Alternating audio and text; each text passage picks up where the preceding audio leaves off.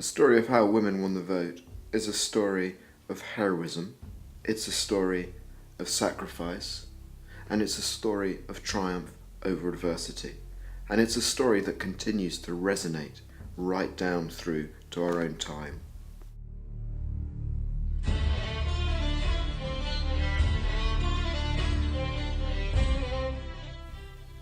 We learn of the law-abiding suffragists who since the 1880s, under the leadership of Millicent Fawcett, had been lobbying MPs, holding mass meetings, producing pamphlets and petitions and sending out trained speakers with the aim to change public opinion. But the times were not changing quickly enough for some, and out of the suffragist movement the suffragettes emerged with their motto, deeds, not words.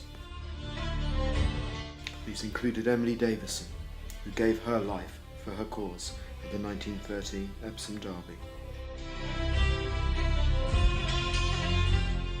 A wild period follows of acts of wanton violence, of arson, attacks on MPs that did as much to alienate their cause as anything else.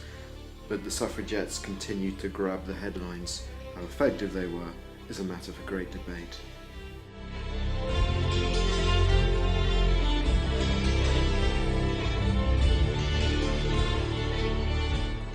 1914 and the outbreak of war saw the suffragettes put their activities on hold.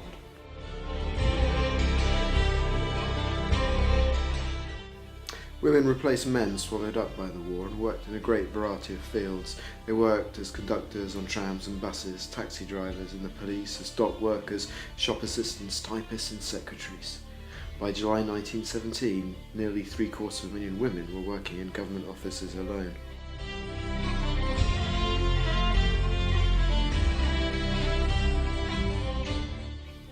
And of course women served as nurses, dangerously close to the front line. But what of the munitionettes, the millions of women who joined in with the munitions industry to make shells and bullets, often working 12-hour shifts 7 days a week, facing great danger? Could the war have been won without them? I doubt it very much.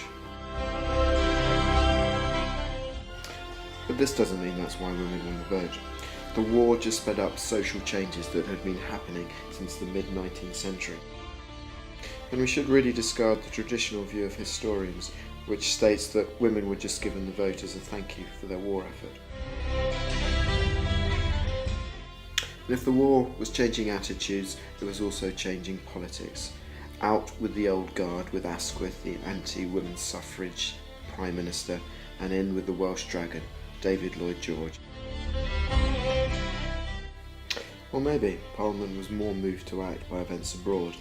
The Russian Revolution had caused absolute fear amongst the British ruling class of the great fear of the spread of Bolshevism.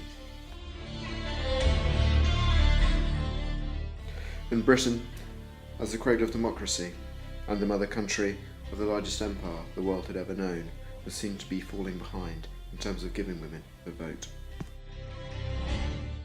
1918 would see a new chapter open in the sometimes stormy story of democracy.